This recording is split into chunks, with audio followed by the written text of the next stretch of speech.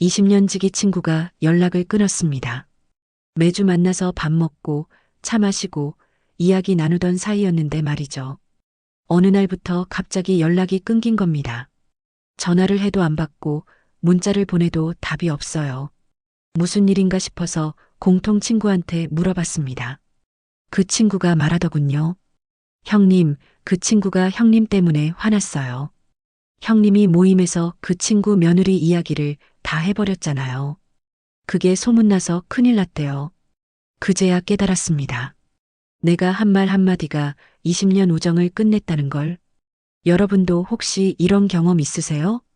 좋은 뜻으로 한 말이 오해가 되고, 따뜻하게 하려던 말이 상처가 되고, 관심으로 물어본 게 간섭이 되고, 나이가 들수록 이상한 일이 생깁니다. 말은 점점 많아지는데 사람은 점점 줄어들어요. 처음엔 내가 말을 잘못한 건가 싶었는데, 아닙니다. 문제는 어떤 말을 하느냐입니다. 오늘 제가 여러분께 알려드릴 4가지 말.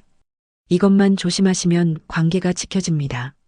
지금부터 그 이야기를 시작하겠습니다. 나이 들면 왜 말이 많아질까요? 여러분, 혹시 본인도 모르게 말이 많아진 적 있으세요? 예전엔 과묵했는데 요새는 만나면 계속 말을 하게 되는 거예요. 처음엔 나도 나이 먹으니까 수다스러워졌나 싶었는데 심리학자들은 다르게 말합니다. 나이 들수록 말이 많아지는 건 외로움 때문이다. 충격적이죠? 우리는 외로워서 말로 관계를 붙잡으려고 합니다. 침묵이 무서워서 자꾸 말을 채워 넣는 거예요. 내가 말을 해야 관심받을 수 있어. 내가 말을 해야 존재감을 느낄 수 있어. 이런 생각이 본인도 모르게 작동하는 겁니다. 한 어르신이 이런 말씀을 하셨어요. 요새 자식들이 모이면 제가 계속 말을 합니다. 옛날 이야기, 젊었을 때 이야기, 또 하고 또 해요. 왜 그러나 싶었는데, 알고 보니 제가 무서웠던 거예요. 무엇이 무서웠을까요? 내가 말을 안 하면 나를 잊어버릴까봐. 이분은 이렇게 말했습니다. 말을 많이 해야 내 존재를 확인받는 것 같았어요. 근데 그게 오히려 애들을 멀어지게 만들더라고요. 바로 이겁니다. 말이 많아지는 건 자신감이 아니라 불안함 때문입니다. 관계가 튼튼해서가 아니라 흔들려서 그런 거예요. 말이 많을수록 신뢰는 줄어듭니다. 이상하죠? 말을 많이 하면 친해질 것 같은데 오히려 반대입니다. 전문가들의 조사 결과에 따르면 같은 말을 3번 이상 반복하면 신뢰도가 40% 감소한다. 왜냐하면 듣는 사람은 이렇게 느끼거든요. 저 사람은 나를 진짜 대화 상대로 보는 게 아니라 그냥 말할 곳이 필요한 거구나. 한 며느리가 이렇게 말했습니다. 시아버지가 만날 때마다 같은 얘기를 해요. 6.25 때 이야기, 젊었을 때 고생한 이야기. 처음엔 들어줬는데 이제는 피곤해요. 솔직히 이젠 만나기 싫어요. 이게 현실입니다. 아무리 좋은 이야기도 반복되면 지루함이 되고 지루함은 결국 회피로 이어집니다. 입을 열기 전에 물어보세요. 그렇다면 어떻게 해야 할까요? 말하기 전에 딱 한 가지만 물어보세요. 이 말은 꼭 해야 할까? 이 말을 듣는 사람은 원할까? 이 말로 관계가 나아질까? 만약 답이 아니오라면 그냥 입을 다무는 겁니다. 침묵이 때로는 가장 현명한 대화입니다. 자, 이제 구체적으로 들어가겠습니다. 나이 들어서 절대 하면 안 되는 말 4가지. 여러분, 이거 하나라도 하고 계시면 오늘부터 당장 멈추셔야 합니다. 첫 번째 말 사생활 캐묻기. 애들은 잘 지내? 며느리는 어때? 월급은 얼마나 받아? 여러분, 이런 질문 해보신 적 있으세요? 본인은 관심 표현이라고 생각하는데 듣는 사람은 간섭으로 느낍니다. 68세 김 여사님의 이야기입니다. 딸한테 물어봤어요. 사위가 직장 잘 다녀? 월급은 얼마나 받아? 그냥 궁금해서 물어본 건데 딸 표정이 확 굳더라고요. 엄마, 그건 저희가 알아서 할게요 하면서 말을 돌리더라고요. 김 여사님은 서운했답니다. 나는 걱정돼서 물어본 건데 왜 저렇게 불편해할까? 하지만 딸은 나중에 남편한테 이렇게 말했답니다. 우리 엄마가 또 이것저것 물어보셔. 나중에 친구들한테 다 말씀하실 텐데. 바로 이겁니다.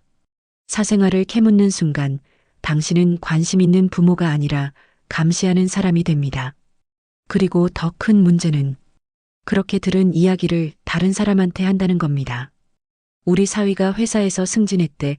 우리 며느리가 요새 애한테 야단을 많이 친대. 본인은 자랑이나 푸념으로 하는 말인데 그게 돌고 돌아서 당사자한테 들어갑니다. 그럼 어떻게 될까요? 신뢰가 깨집니다. 우리 부모님한테 말하면 다 소문나니까 이제 말 안 해야지. 이렇게 자식과 거리가 생기는 겁니다. 두 번째 말 끝없는 자랑. 우리 아들이 이번에 승진했어. 우리 손주가 전교 1등 했어. 우리 사위가 의사야. 여러분, 이런 말 많이 하시나요?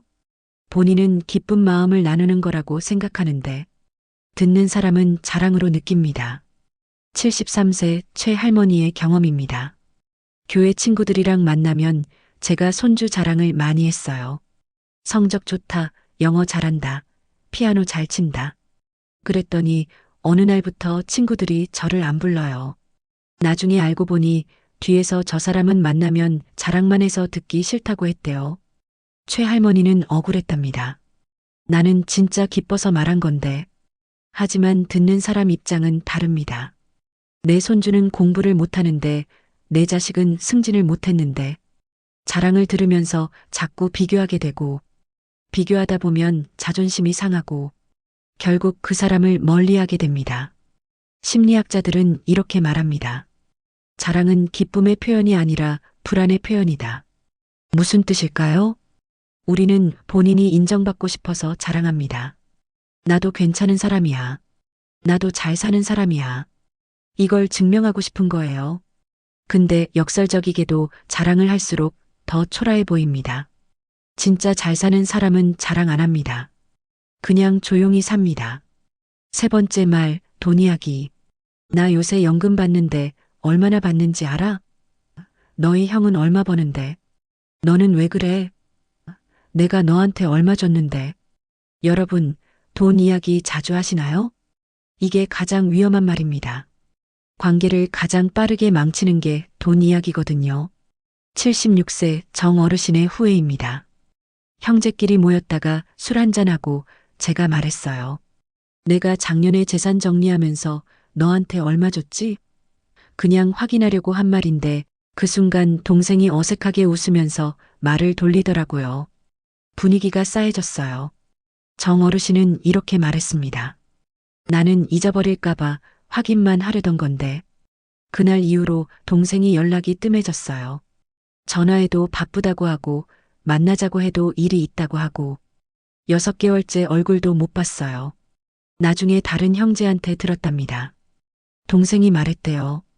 형님이 사람들 앞에서 그런 얘기를 하시니까 내가 형님한테 돈 얻어 쓴 사람처럼 보이잖아. 자존심 상해서 얼굴 보기 싫어. 돈 이야기는 관계의 온도를 순식간에 식힙니다. 왜냐하면 돈은 감정이 아니라 계산이 되기 때문이에요. 내가 너한테 얼마 줬는데 라는 말은 너는 나한테 빚진 사람이야 라는 뜻으로 들립니다. 그 순간 관계는 더 이상 평등하지 않습니다. 위아래가 생기는 거죠. 한 며느리는 이렇게 말했습니다. 시어머니가 만날 때마다 말해요. 내가 너희 집 장만할 때 얼마 보탰는데 처음엔 감사했는데 이제는 듣기 싫어요. 그 돈 때문에 평생 머리 못 들고 사는 기분이에요. 네 번째 말, 남의 단점 말하기. 그 사람 아들이 이혼했대. 옆집 할머니는 자식들이 안 찾아온대. 저 사람은 돈이 없어서 못 산대. 여러분, 남의 단점이나 불행을 이야기하신 적 있으세요? 본인은 그냥 아는 사실을 말하는 거라고 생각하는데 이게 가장 무서운 말입니다. 왜냐하면 듣는 사람은 이렇게 생각하거든요. 이 사람이 저 사람 흉을 보는 걸 보니까 내가 없을 때는 내 흉도 보겠구나. 71세 이 여사님의 경험입니다. 친구들이랑 모임에서 제가 말했어요. 그 친구는 자식들이 효도를 안 해서 요양원 갈 거래 그냥 안타까워서 한 말인데 다음 모임부터 그 친구가 안 나오더라고요. 이 여사님은 이상했답니다. 왜 안 오나 싶어서 전화했는데 받질 않아요.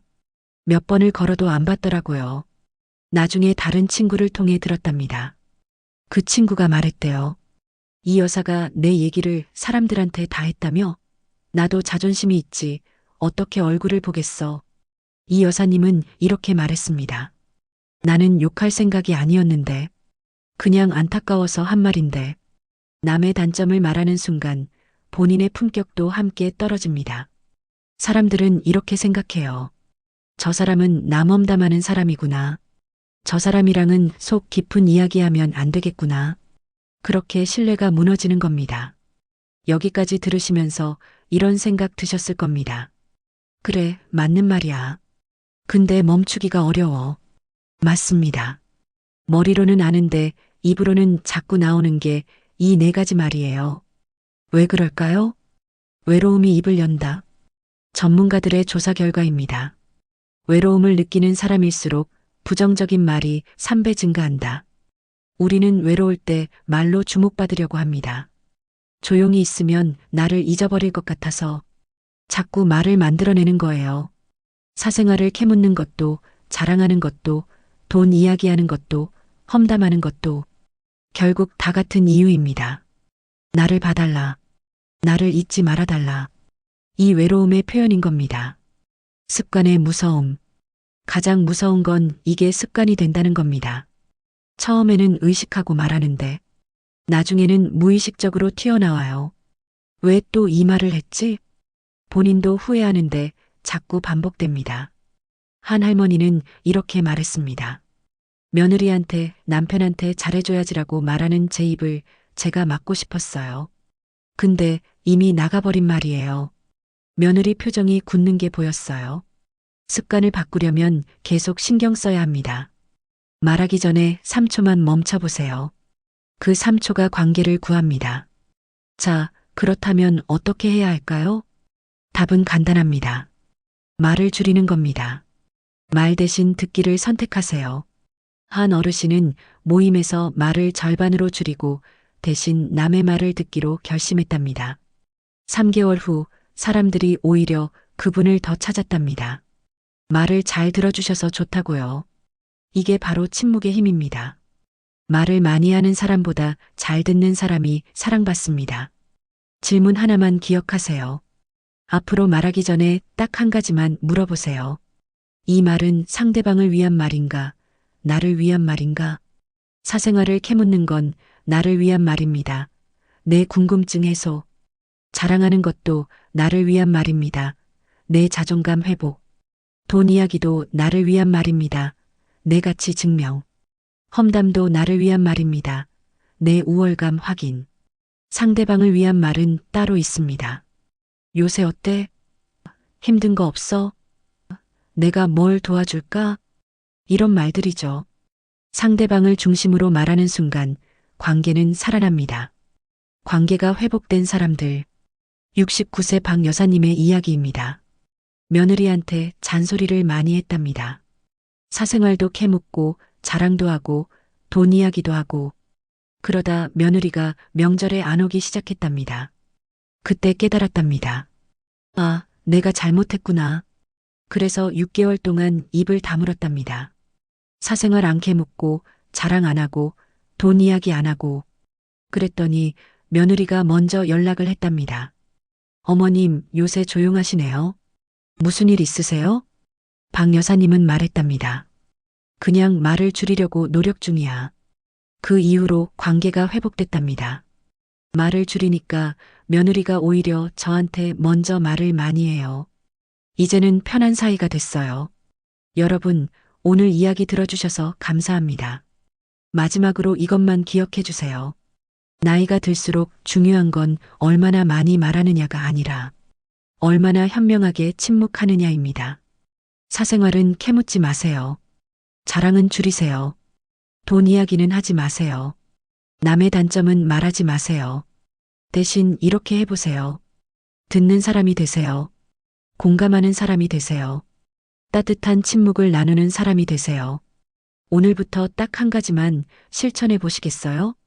말하기 전에 3초만 멈춰보세요. 이 말은 꼭 해야 할까?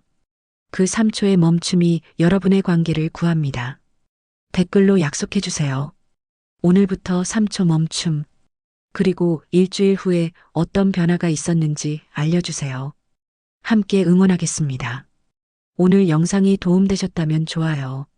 구독과 알림 설정도 부탁드립니다. 다음 영상에서 또 뵙겠습니다. 건강하세요, 여러분. 그리고 오늘부터 현명한 침묵을 실천해 보세요.